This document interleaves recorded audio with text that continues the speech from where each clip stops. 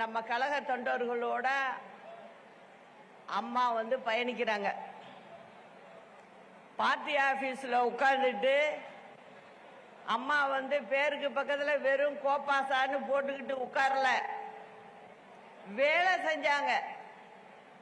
கட்சி தொண்டர்களுடைய குறைகள் எல்லாம் கேட்டு தலைவர் இருக்கும்போது அவருக்கு இன்னென்ன பிரச்சனை இந்த குடும்பத்தில், இவங்க வீட்டுக்கு வேலை வாய்ப்பு கேட்குறாங்க அப்படிங்கறதெல்லாம் சொல்லி அவங்களுக்கு வந்து நல்ல விஷயங்களை எல்லாம் செஞ்சு கொடுத்தாங்க.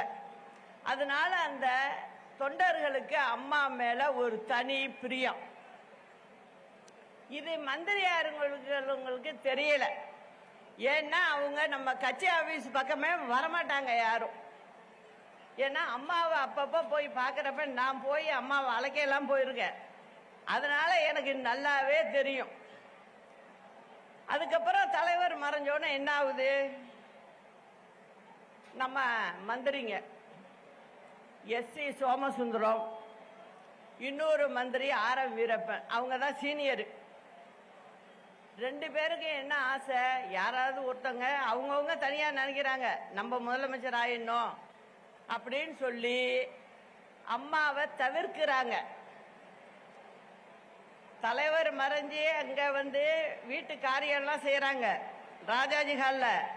ஆனா அம்மாவுக்கு இட அனுமதி இல்லை. அங்க நாங்க தான் கூட நிக்கிறோம். ராணுவ வண்டியில கொண்டு போய் வச்சதும் ராணுவத்தோட கண்ட்ரோல்ல வந்துரும், அப்ப நீங்க வண்டியில வந்து மலர் வளையம் வையுங்கன்னு சொல்றாங்க. அதே மாதிரி தான் நாங்க அதுக்கப்புறம் தான் போய் தலைவருக்கு அம்மா வைக்கிறாங்க. அப்ப ஆர்.எம். வீரமன் மந்திரியா இருந்தவருக்கு துணையா இருக்கிற 2-3 கட்சி ஆட்கள் போய் அம்மாவை இழுத்து தள்ளி விடுறாங்க. கீழே உட்காந்து நான் தான் பிடிக்கிறேன் அம்மாவை. இதெல்லாம் நடந்துச்சு. அதனால அதுக்கு பிறகு என்ன ஆகுது, அந்த அவங்க எல்லாரும் மத்தியிலேயே அம்மாவை பிடிச்சி தள்ளி விட்டதும் நான் மனசுக்குள்ளே சின்ன பொண்ணு ஒரு சபதம் எடுக்கிறேன், நீங்க இப்படியெல்லாம் பண்ணிட்டீங்க அம்மாவை, இதே அம்மாவை இந்த அதிமுக முதலமைச்சர் ஆக்கி காட்டுவேன். நீங்கெல்லாம் வரிசையா வந்து வீட்டுல நிப்பீங்க.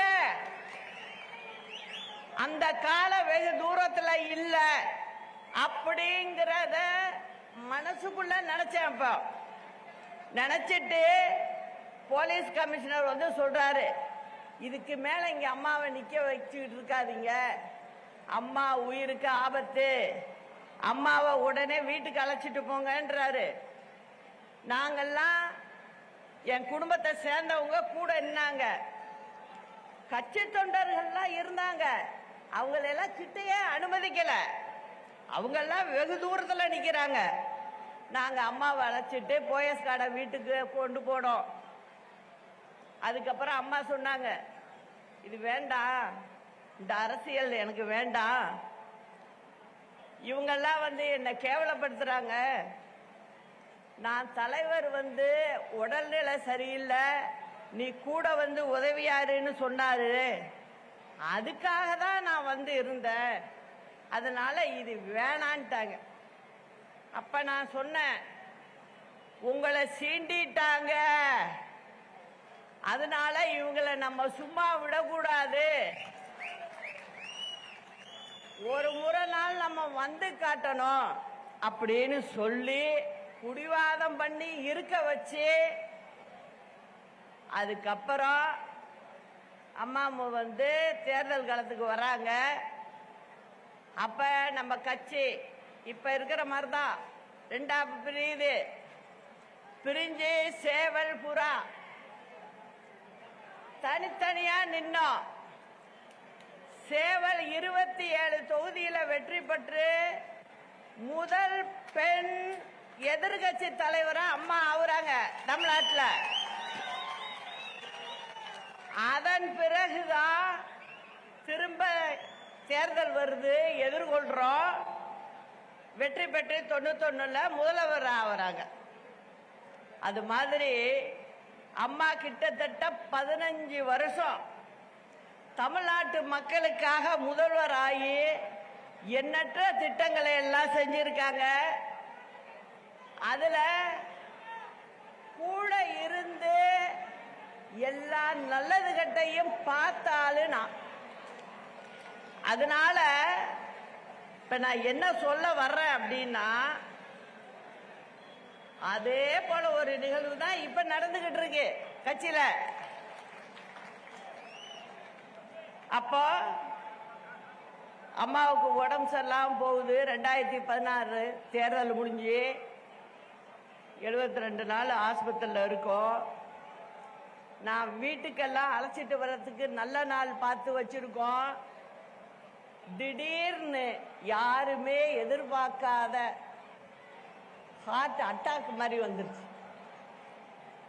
அதுலதான் அம்மாவுக்கு இப்படி ஆனது. ஆனா வெளியில என்னென்ன கதை கட்டி விட்டாங்க நம்ம எதிரியெல்லாம், இந்த அம்மா தான் கொண்டுட்டு அப்படின்னாங்க. இதெல்லாம் யாராவது நம்புவாங்களா? நீ அரசியலுக்காக நீங்க செஞ்சீங்கன்னா அது எப்படி உண்மையாகும்? அது எல்லாத்தையும் நம்ம பார்த்தோம். திரும்ப என்ன ஆகுது? அம்மா மறைஞ்சதும் அன்னைக்கு ராத்திரி நம்ம மந்திரிகள்லாம் வராங்க. என்ன சொல்றாங்க? சின்னம்மா நீங்க முதல்வர் ஆயிங்க. அப்படிதான் எல்லாரும் சொன்னது. எல்லா எம்எல்ஏக்களும் சொன்னது. இது எல்லாமே அந்த தனியார் ஆஸ்பத்திரியில நடக்குது. நான் என்ன தெரியுமா சொல்றேன்? நான் ஒரு அரசியல்வாதி கிட்ட பழகின மாதிரி நான் பழகவே இல்லை.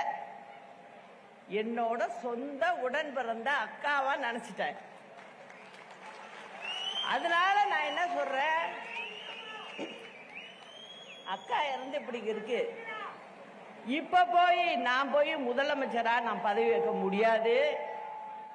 அவங்களுக்கு செய்ய வேண்டிய காரியத்தை அவங்க முறைப்படி நான் வீட்டில் செய்ய வேண்டியது இருக்கு. அதனால வேணாம். முன்ன இருந்த மாதிரியே பன்னீர்செல்வம் இருக்கட்டும், மற்ற அமைச்சர்கள்லாம் அப்படியே இருக்கட்டும். இடையில செங்கோட்டையனை எடுத்திருந்தாங்க. அதனால அதை மட்டும் சொன்னேன். செங்கோட்டையனை நம்ம சேர்த்துக்கணும் அப்படின்லாம் சொல்லிட்டு இருந்தேன். இப்ப இருக்கிறவங்க முதல்ல பதவி ஏத்துருங்கன்னு சொல்லி நைட்டே போய் ராத்திரியே போய் பதவி ஏற்கிறாங்க. இதான் நடந்துச்சு. ஒரு வாரம் 10 நாள் ஆச்சு. பன்னீர்செல்வத்து மேல ஒன்னும் குறை இல்லை. அவரு ஒழுங்காதான் அவரு போயிட்டு இருந்தாரு. ஆனா சுத்தி இப்ப இருக்கிற கும்பல் இருக்குல்ல, அங்க அதெல்லாம் என்ன பண்ணுது? என்கிட்ட ஒரு வாரம் கூட ஆகல. என்ன சொல்றாங்க? போயஸ் கடை வீட்டுக்கு அம்மா அவர் போக்கு சரியில்லை. என்னையா போக்கு சரியில்லை? அவர் நல்லா தானேயா பண்ணிட்டு இருக்காரு அப்படின்னு நான் சொல்றேன். இல்லம்மா சரியில்லைம்மா, நீங்க இப்ப கட்சிக்கு பொதுச் செயலாளர் ஆகணும், நீங்களே முதலமைச்சர் ஆகணும் அப்படிங்கிற மாதிரி ஒரு கோரிக்கையை கொண்டாந்து காலையில 6 மணிக்கு வருவாங்க. திருப்பி பாத்தீங்கன்னா மத்தியானம் 3 மணிக்கு வருவாங்க. திருப்பி சாயந்தரம் வருவாங்க. இதை நான் வெளியில சொல்லல. இப்போ எனக்கு நீங்க இருந்தாதான் சரியா வரும். அத்தனை பேரும் சேர்ந்துக்கிட்டு நீங்க இருந்தாதான் சரியா வரும், நீங்க இருந்தாதான் சரியா வரும், இவர் இருந்தா சரியா வராது அப்படிங்கிறாங்க. பொதுச் செயலாளர் நீங்க ஆகணும். இல்லப்பா, நீங்க உங்களுக்குள்ளே ஒருத்தங்க இருங்க, நல்லபடியா நடத்துங்க. அப்படித்தான் நான் ஆரம்பத்திலேயே சொன்னேன். எனக்கு அம்மா இறந்த துக்கம் என்னால மறக்க முடியல. நீங்க நடத்துங்கப்பா அப்படின்னு சொல்றேன். இல்லம்மா நீங்க வந்தாகணுங்கிறாங்க. சரின்னு சொல்லி அதுக்கப்புறம்தான் அவங்களே என்னை தொந்தரவு பண்ணி பொதுக்குழுவை கூட்டி அங்க என்ன பொதுச் செயலாளரா நியமனம் பண்ணி வீட்டில் கொண்டாந்து கொடுத்து என்ன ஆபீஸுக்கு அழைச்சிட்டு போறாங்க. இதுதான் நடந்துச்சு. அதுக்கப்புறம் நான் என்ன பண்ணேன், நாங்கெல்லாம் வேலை செய்யற ஆளு, அதனால என்ன பண்ணேன், பேச்சாளர்கள் எல்லாம் மாவட்ட வாரியா வர சொல்லி எல்லாரையும் பார்க்கிறேன். நான் 2-3 நாள்லயே எல்லாரையும் பார்த்து பேசிக்கிட்டு இருக்கிறேன். மாவட்ட அமைப்புகளை கூப்பிட்டு காலையில ஒரு மாவட்டம், மத்தியானம் ஒரு மாவட்டம்னு பார்க்க ஆரம்பிச்சிட்டேன். இது மாதிரி நடந்துகிட்டு இருக்கு. திருப்பி வந்து அதே குறை அவர் மேல, அவரையும் கூப்பிட்டேன் ஒரு நாள். பன்னீர்செல்வத்தையும் வர சொல்லி, அமைச்சர்களா இருக்கிறவங்க அத்தனை பேரையும் வர சொல்லி, போயஸ்கார்ட வீட்டுக்கு எல்லாரையும் ஒன்னா உட்கார வச்சு, என்ன பன்னீர்செல்வம் செய்யறாரு சொல்லுங்க, நேரா சொல்லுங்க, நான் கேட்கணும் அப்படிங்கிற. இல்ல நாங்க இதோ போய் கேட்டோம், ஏதோ ஒரு போலீஸ் அதிகாரியை மாத்தணும்னு ஒரு மந்திரி சொல்லி இருந்திருக்காரு. அவர் நல்ல அதிகாரி இல்ல, அம்மா இருக்கும் போதே ஒதுக்கி வச்ச மனுஷன். நான் டக்குன்னு சொன்னேன், அம்மாவே சரியில்லைன்னு சொல்லி ஒதுக்கி வச்சவரை எப்படி போட முடியும்? அதுல ஒன்றும் தவறு இல்லை பன்னீர்செல்வம் சொன்னதில்ல அப்படின்னு நான் அந்த மந்திரிக்கே எடுத்து சொல்றேன். இதெல்லாம் போய் ஒரு குறையா சொல்லலாமா அப்படின்னு சொல்றேன். அம்மாட்ட ஒரு பழக்கம், போலீஸ் டிபார்ட்மெண்ட்ல கட்சிக்காரவங்க தலையீடு இருக்கக்கூடாது, அப்படிதான் நடத்தினாங்க. அதனாலதான் திருட்டு இல்ல, பிரச்சனைகள் இல்லாம இருந்தது. மந்திரிகளுக்கு அது வேலை இல்லை. போலீஸ் ஸ்டேஷன்ல யார போட்டா உங்களுக்கு என்னம்பாங்க அம்மா, நானே என் காதால கேட்டிருக்கேன். அதனால நல்ல அதிகாரிகளை தான் போடணும்ன்றாங்க. இப்ப அம்மா இல்லை என்னன்னா அவங்க சீட்டை கொடுத்து போடுன்னு இருக்காங்க. அவர் என்ன சொல்லியிருக்காரு, இல்ல அது அம்மா சொன்னது, அது அப்படியே தான் போகணும்னு இருக்காரு. அவர் மேல அதுல தப்பு இல்லை. நானா இருந்தாலும் அதை தான் செய்வேன். இப்படி ஆச்சு. அவர் ரொம்ப நெருக்கடி கொடுக்க ஆரம்பிச்சிட்டாங்க அவருக்கு. அவராலையும் வெளில சொல்ல முடியல. அதுக்கப்புறம் பார்த்தேன், இதை எப்படியோ விட்டுட்டு போனா பிரச்சனை பெருசாகும் அப்படின்னு சொல்லி, அதுக்கு பிறகுதான் நான் ஆகுறேங்கிற முடிவுக்கு வந்தேன். இல்லைன்னா நான் வந்திருக்க மாட்டேன்.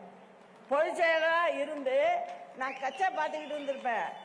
ஆனா இந்த பிரச்சனை உள்ளுக்குள்ள புகஞ்சதுனால இதை தடுக்கிறதுக்கு ஒரு வழி இதுதான் அப்படின்னு முடிவு பண்ணி தான் நான் வந்து ஒத்துக்கிட்டேன். அதுக்குள்ள பன்னீர்செல்வத்துக்கு என்ன ஆச்சோ தெரியல.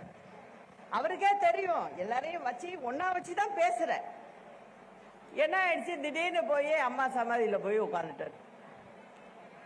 போய் உட்காந்து தர்ம உத்தரவுட்டார். அது யாரோ சொல்லியிருக்காங்க, எல்லாருக்கும் புரியும். ஏதோ கேட்டு அவரு ஏதோ பண்ணிட்டாரு. கடைசியில் அதே இன்னை வரைக்கும் அவருக்கு சிக்கலாயிடுச்சு. அது வேற. அதனால இந்த மாதிரி ஆணிச்சு பிரச்சனை. அதுக்கப்புறம் எங்க கேஸ் முடிச்சு நாங்களே மறந்துட்டோம். தீர்ப்புக்கு வெயிட் பண்றோம். 1 வருஷத்துக்கு மேல இருக்கு. திடீர்னு பாத்தீங்கன்னா நான் போய் லெட்டர் கொடுத்துட்டேனா முதலமைச்சர்னு, கவர்னர் ஆளே இல்ல, வெளில போயிட்டாரு. அதுக்கப்புறம் என்ன பண்ணோம், அதுக்குள்ள தீர்ப்பு வருது, சீக்கிரமா வருது, 4 ஆண்டு சிறை தண்டனை அப்படின்னு வருது. நான் அதுக்கெல்லாம் பயப்படல. நான் அதுக்கு பயப்படல. என்னோட கவனம் பூரா என்ன இருந்தது, கவர்மெண்ட கலைக்க விட்டுற கூடாது, நம்ம கவர்மெண்ட உட்கார வச்சுட்டு போகணும். அந்த பொறுப்பு அதிகமாயிடுச்சு எனக்கு. அதனால என்ன பண்ண, தீர்ப்பு வந்தது, 1 வாரம் டைம் கொடுக்க சொல்லு, எனக்கு இங்க வேலையெல்லாம் இருக்கு, முடிச்சுட்டு வரணும்னு. அங்க டெல்லியில உள்ள ஜட்ஜி என்ன சொல்லிட்டாரு, கொடுக்க முடியாது, நாளைக்கு சாயந்தரம் 6 மணிக்கு பெங்களூர் ஜெயிலுக்கு போயாகணும் அப்படின்னு சொல்லிட்டாரு. உடனே என்ன பண்ற, உடனே எம்எல்ஏக்களை கூட்டி உட்கார வச்சு நான் பேச வேண்டியதெல்லாம் சொல்லி, இப்ப இருக்கிறார் இல்லையா, இவரை முதலமைச்சரா தேர்ந்தெடுத்தோம். நான் பேரை சொல்ல கூட விரும்பல. எனக்கு வரமாட்டேங்குது.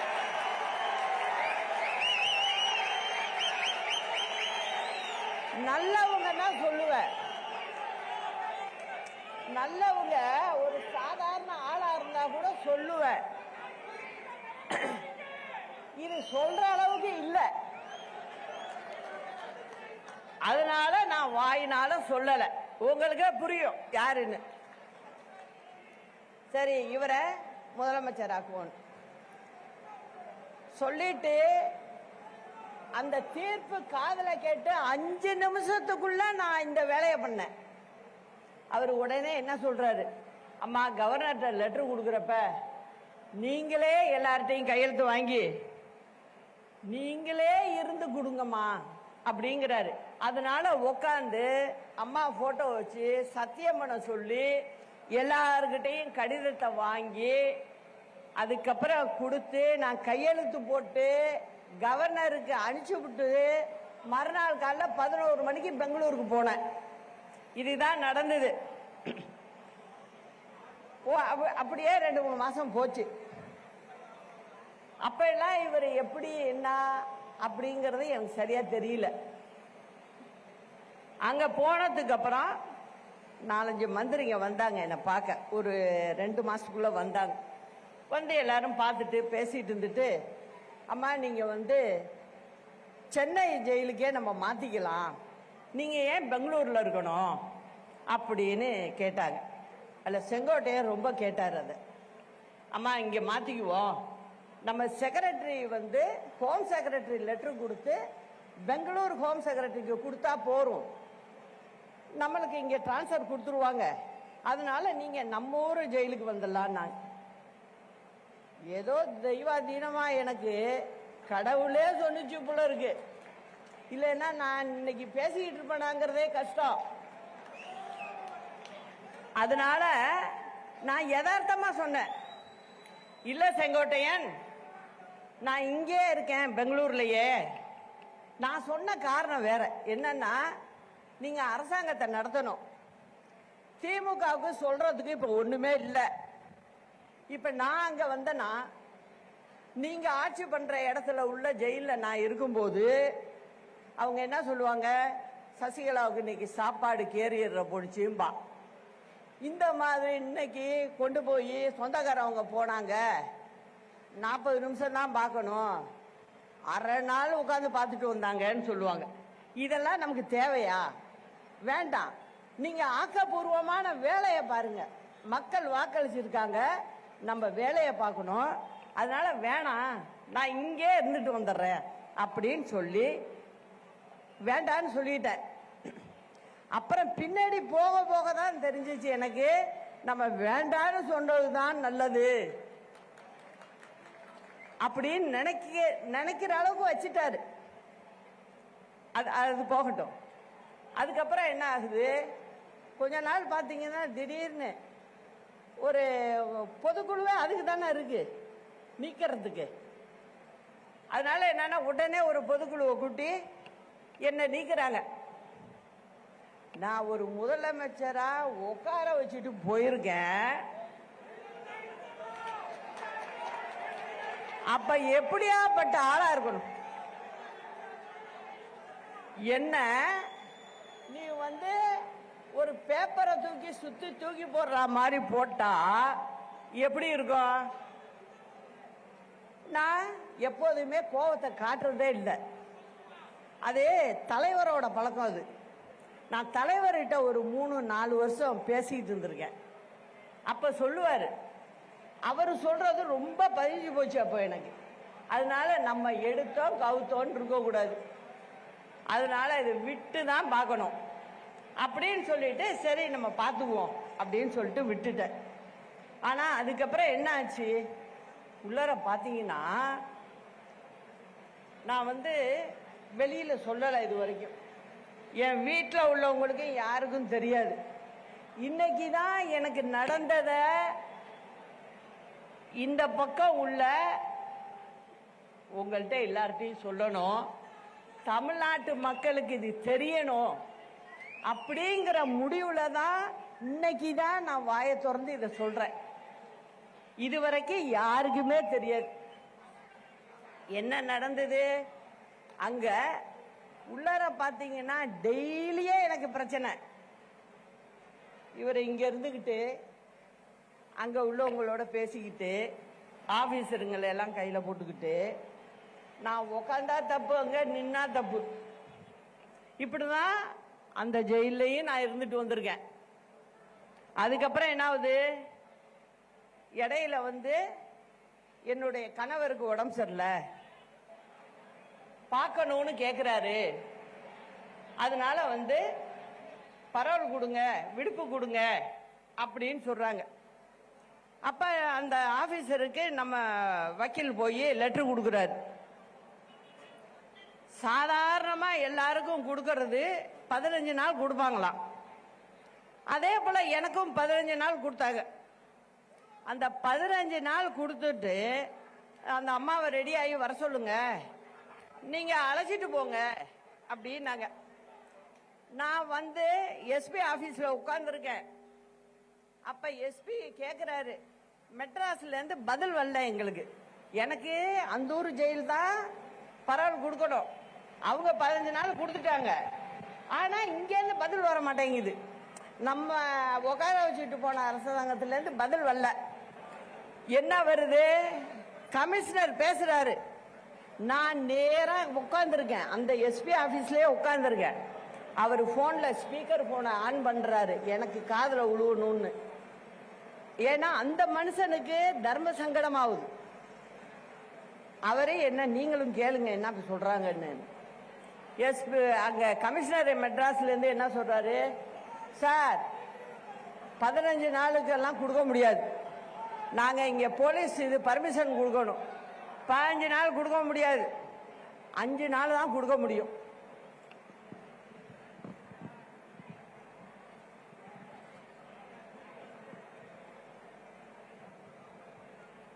அஞ்சு நாள் தான் கொடுக்க முடியும், அதுக்கு மேல கொடுக்க முடியாதுங்கிறார். அந்த இவர் கேட்கிறாரு ஜெயில் சூப்பரண்ட், சார் ஜெயில கொடுக்கறது நாங்க கொடுக்கறோம் 15 நாள், நீங்க எப்படி அதை வேண்டான்னு சொல்ல முடியும், நீங்க போலீஸ் பர்மிஷன் மட்டும் கொடுங்க. இல்ல சார், சிஎம்ஏ சொல்றாரு 5 நாளைக்கு மேல கொடுக்க வேண்டான்னு. அதனால நான் என்ன சார் பண்ண முடியும், நீங்க என்னை பத்தி ஆபீசர்களுக்கெல்லாம் தெரியும் நியாயமா இருப்பேன்னு, நீங்க சின்னம்மாட்டே ஒரு வார்த்தை சொல்லுங்க சார், அவங்க ஒத்துக்குவாங்க சார்ங்கிறார். நான் எதுக்கு உட்காந்துருக்கேன். சரி பரவாயில்லைங்க, அதிகாரி என்ன பண்ண முடியும், மேல உள்ளவங்க சொல்றப்ப அதிகாரி ஒன்றும் பண்ண முடியாது. பரவாயில்ல 5 நாள் பரவாயில்ல, நான் பார்த்துட்டு வந்துடுறேன் அப்படின்னு. அப்புறம் 5 நாள் கொடுக்குறாங்க. அடுத்தது நம்ம எங்க தங்குறோன்னு கொடுக்கணும். நான் யதார்த்தமா போயஸ்கான வீட்டில இருந்தானே ஜெயிலுக்கு போனேன், அதனால நான் அந்த அட்ரஸே கொடுக்குறேன். உடனே அங்கேருந்து வருது திருப்பி 14 கண்டிஷன். இந்த மாதிரி யாருக்கும் வந்தது இல்லையா, அவர் பார்த்ததே இல்லைங்கிறாரு சர்வீஸ்ல. என்ன கண்டிஷன் வருது, நீங்க சொந்தக்காரவங்களை பார்க்க கூடாது, பிரஸ்ஸ பார்க்க கூடாது, நேரா ஒரு வீட்டில் இருக்கீங்க, வீட்டில இருந்து நேரா மருத்துவமனைக்கு போகலாம், மருத்துவமனையில இருந்து நேரா வீட்டுக்கு தான் வரணும், வேற எங்கேயும் வெளியிலே போக கூடாது. ஆஸ்பத்திரிக்கு போங்க வீட்டுக்கு வாங்க, ஆஸ்பத்திரிக்கு போங்க வீட்டுக்கு வாங்க, வேற எங்கேயும் நீங்க போக கூடாது அப்படின்னு சொல்லிட்டாங்க. சரிங்க அப்படின்னு நான் சொல்லிட்டேன். அப்புறம் போயஸ்கார்ட வீட்டில் தங்கக்கூடாது, அது மெயின் கண்டிஷன்ல வருது, தங்கக்கூடாது. அப்படி போயஸ்கார்ட வீட்டில் தான் தங்குவேன்னா இந்த 5 நாளையும் கேன்சல் பண்ணிடும் அப்படிங்கிறாங்க. நான் சரி உயிருக்கு போராடுறவங்கள போய் பார்த்தாகணும். சரி பரவாயில்ல, என்னோட சொந்தக்காரவங்க வீடு ஒன்று இருக்கு, அங்க நான் தங்குறேன், டி நகர்ல தங்குறேன் அப்படின்னு சொல்லி அதுக்கும் ஒத்துக்கிட்டு போனேன். அதுக்கப்புறம் அவர் மறைஞ்சதுக்கு பிறகு தகவல் வருது, அதுக்கும் 15 நாள் கொடுக்க முடியாது, 10 நாள் தான் அப்படிங்கிறாங்க. பொதுவா எங்க பக்கம் எல்லாம் 15ஆம் நாள் தான் காரியம் எல்லாம் பண்ணுவாங்க. ஆனா வேற வழி இல்லை, ஏன்னா எனக்கு கொடுக்கல. அதனால 10ஆவது நாள் பண்ணிட்டு நான் அன்னைக்கே புறப்பட்டு பெங்களூருக்கு போனேன். இந்த மாதிரி நிறைய விஷயங்கள்ல நீங்க பாத்தீங்கன்னா உட்கார வச்சவங்கள ஒரு பக்கம் முதுகுல ஒரு பக்கம் முன்புல எவ்வளவு ஈட்டியால குத்துவாங்களோ அந்த அளவுக்கு பண்ணிட்டாங்க. சரி, இதெல்லாம் மீறி நான் திரும்ப வந்து விடுதலை ஆகி சென்னைக்கு வர்றேன். எல்லாரும் வந்து பாத்தீங்க, வர்றப்ப கட்சி கொடி கட்டக்கூடாது, இது அம்மா சமாதிக்கு போகக்கூடாது அப்படின்னு சொல்லி நான் என்ன பண்ணேன், நீ என்ன சொல்றது, நான் என்ன கட்சி கட்டிய கழட்டுறது அப்படிங்கறதுல தான் நான் வேற வண்டி மாத்தி வந்தேன். என்ன அரெஸ்ட் பண்ணணும், ஓசூர் தமிழ்நாடு பார்டர் வந்ததுமே என்ன அரெஸ்ட் பண்ணணும்னு முடிவு பண்ணிட்டாங்க. அதுவும் எனக்கு செய்தி வந்துருச்சு. ஆனாலும் நான் வந்து கொடியை கழட்ட மாட்டேன், நான் வேற வண்டி மாத்தி நான் வந்துட்டேன். இது எதுக்கு சொல்றேன்னா, இந்த அளவுக்கு கட்சியில யாரும் இருக்கக்கூடாது, கட்சியில மூத்தவங்களா இருக்கக்கூடாது, எல்லாரையும் வெளில தள்ளணும். இதெல்லாம் என்ன போக்கு? இதனால என்ன ஆகுது? கட்சியே வந்து சரிஞ்சு கீழே போயிட்டு இருக்கு. அதுதான் உண்மை. இந்த உண்மைய எவ்வளவு நாளைக்கு மறைக்க முடியும்? மறைக்க முடியாது. அதனால தலைவரும் சரி, அம்மாவும் சரி, எப்படி இந்த கட்சியை பார்த்துக்கிட்டாங்க? தலைவர் சொல்லுவாரு, கொள்கையா கட்சியாங்கிறப்ப ஒரு கட்டத்துல அண்ணா சொன்னாராம், அதை சொல்லி ஒரு கடிதமே போட்டிருக்காரு. என்ன சொல்றாரு? கொள்கை தான் முதல்ல, கட்சி ரெண்டாவது தான் அப்படின்ட்டாரு. அதனால இவர் செய்யறது எந்த விதத்திலையும் நியாயம் கிடையாது. முதல்ல ஊர் ஜனங்க எப்படி மதிப்பாங்க? முதல்ல இவரை எப்படி மதிப்பாங்க? எப்படி நல்ல மனுஷன்னு சொல்லுவாங்க? அப்புறம் நான் யோசிக்க ஆரம்பிச்சிட்டேன், இது வந்து சரியா வராது. இவரை பொறுத்த வரைக்கும் தான் இருக்கணும், கட்சி என்ன ஆனாலும் பரவாயில்ல, கட்சி தொண்டரை பத்தி தூளியும் நினைக்கல. கீழே கிளைக்கழகத்திலிருந்து ஆரம்பிச்சு மேல்மட்டம் வரைக்கும் யாரையும் இவர் வந்து திருப்திப்படுத்தல, இவர் தன் போக்கையும் மாத்திக்கல. அப்படிங்கும்போது நானும் 9 ஆண்டு காலம் 9 ஆண்டு காலம் இது எல்லாத்தையும் மனசுக்குள்ள வச்சுக்கிட்டு, இல்ல ஒரு கட்சி இது, நம்ம வந்து தனிப்பட்ட முறையில ஒருத்தங்க மேல கோபங்கிறதுனால நம்ம அப்படிலாம் நடந்துக்க கூடாது, எப்படியாவது கட்சி ஒண்ணு இணைக்கணும் அப்படிங்கிற நிலையில தான் நான் என்னோட அந்த 9 ஆண்டு காலமும் போயிருக்கு. நான் நினைச்சிருந்தா அப்பயே எதுவும் பண்ணியிருக்க முடியும். நான் அந்த மாதிரி செய்யல. காரணம் என்னன்னா, தலைவரையும் அம்மாவும் நினைச்சு இது இப்படி மாதிரி செய்யக்கூடாது. சரி, 21 தேர்தல் வருது. 21 தேர்தல்ல சொல்றாரு, இப்ப வந்து உடனே வந்து எதுவும் பண்ண முடியாத நேரம், அதனால வந்து இந்த ட்ரிப் இருக்கட்டவங்க நாங்க முதல்ல பாக்குறோம்.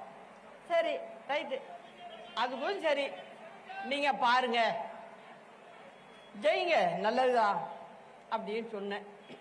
இது வரைக்கும் பாத்தீங்கன்னா 10 முறை தேர்தல்ல தோல்வியை மட்டும்தான் பார்த்திருக்கோம், வெற்றி பெறல. அதனால எதிர்கட்சிகள் எப்படி இருக்கு? மோசமா இருக்கு. ஏதாவது நல்ல ஆட்சி பண்ணுதா? பண்ணல.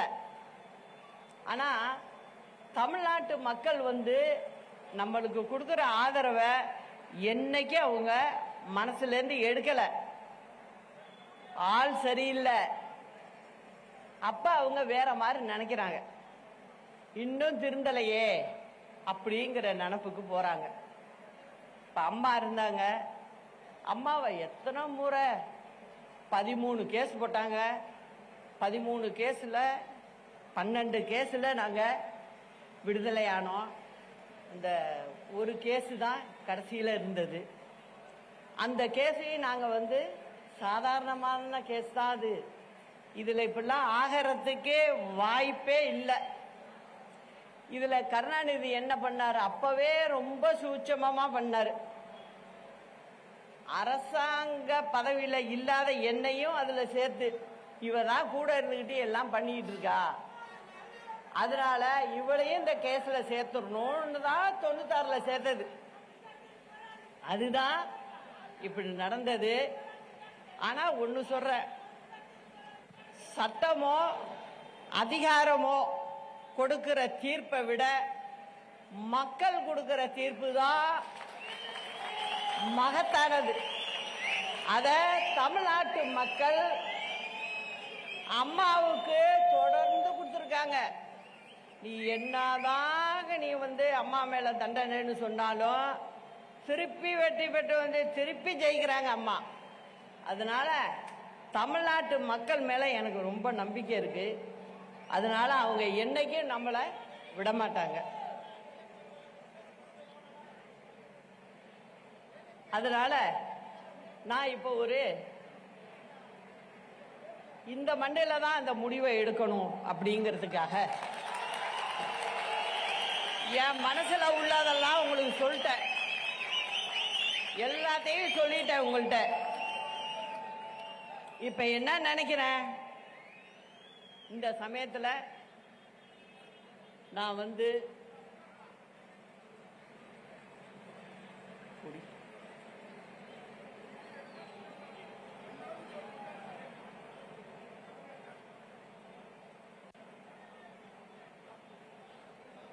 நான் பேசாம இருந்தேன்னு வச்சுங்க, நான் இந்த மாதிரி 9 வருஷம் இந்த மாதிரி தொடர்ந்து இருந்தேன்னா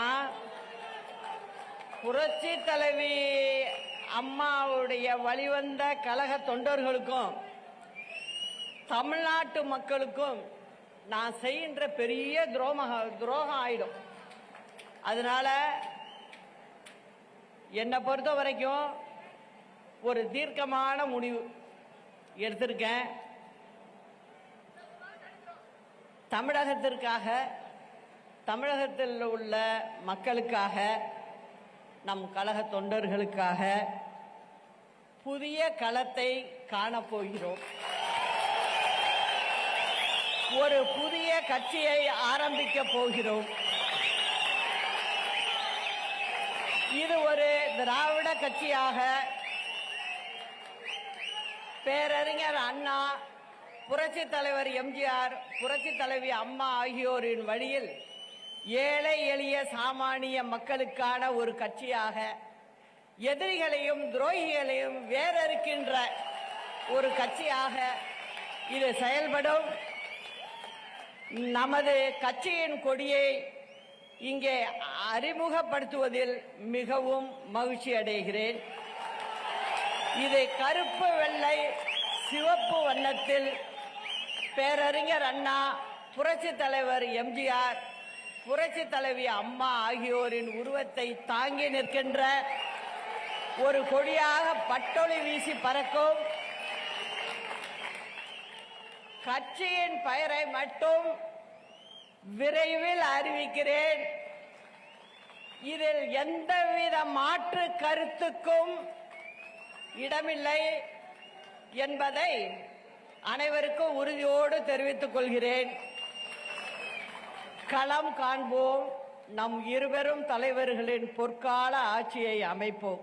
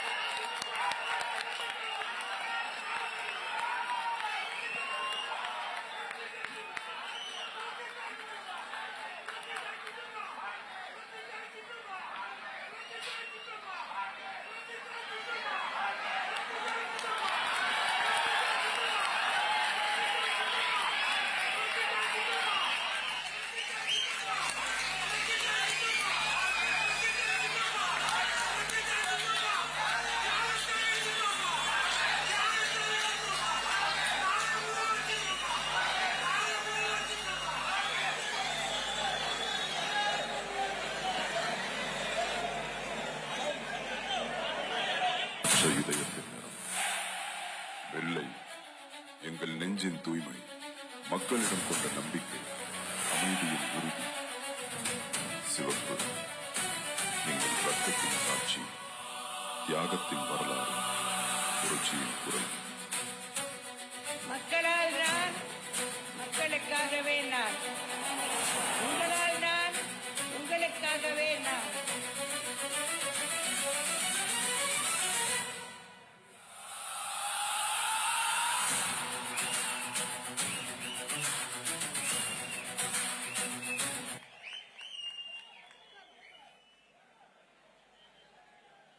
கருப்பு அடக்குமுறைக்கு எதிரான எங்கள் சின்னம். போராட்டத்தின் நிறம், பயமற்ற இதயத்தின் நிறம்.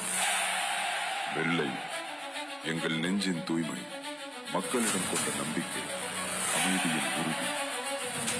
சிவப்பு எங்கள் ரத்தத்தின் சாட்சி, தியாகத்தின் வரலாறு, புரட்சியின் குரல். மக்களால் நான், மக்களுக்காகவே நான். உங்களால் நான், உங்களுக்காகவே நான்.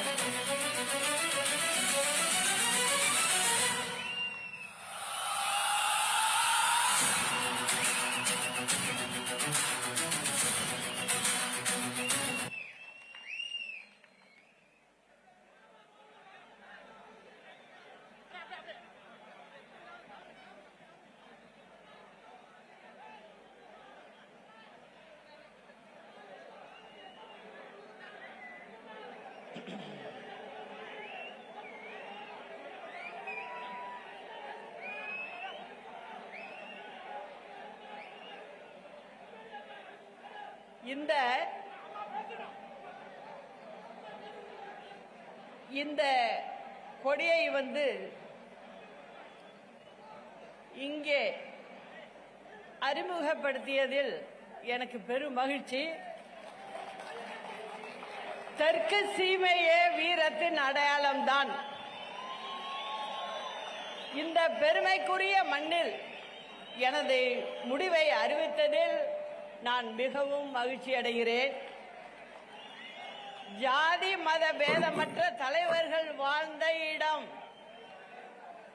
மாவீரன் புலித்தேவன், அவருக்கு துணையாக ஒண்டி வீரன் வெண்ணி காலாடி, அதே போல வீரமங்கை வேலு நாச்சியார், மருது சகோதரர்கள் அவருக்கு துணையாக, உடையாள் படைக்கு குயிலி. அந்த அம்மாவை பொறுத்தவரை ஜாதி மதம் பார்க்கவில்லை, பூலித்தேவனை பொறுத்தவரையும் ஜாதி மதம் பார்க்கவில்லை.